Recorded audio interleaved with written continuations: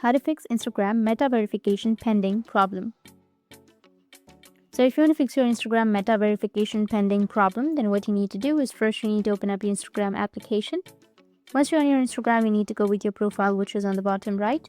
Now, once you're on your profile, you need to just go with the upper right, which has that 3 horizontal lines. And from the 3 horizontal lines, you need to just scroll down and you will find an option of Meta Verified. You need to tap on it. Now, in my case, I've not started the verification process, so it's like this. But if you have applied for the Meta Verification, then you will have verification pending option just right on this page, right? It will say that we are verifying your information. This process can take up to 48 hours and will notify you when we are done. So make sure that you wait 48 hours because before that, you won't be able to verify. It might take up to 48 hours. So just wait for 48 hours.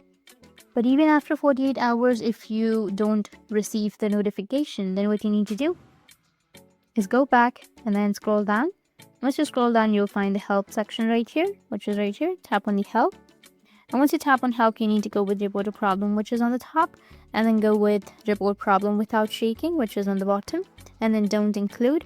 And here you need to briefly explain what happened. Like you need to write, hi Instagram, I pay to get meta verification, but I've not received the verification even after 4 days or even after a few hours, like 48 hours. You've crossed the 48 hours, right? So you need to mention that. And it's still showing verification pending. So please verify my account as early as possible. Once you've written that, you need to go with send, which will be on the top right, and the help center of your Instagram will fix your problem. So that's it. And if you have any questions, feel free to comment below. Thanks for watching.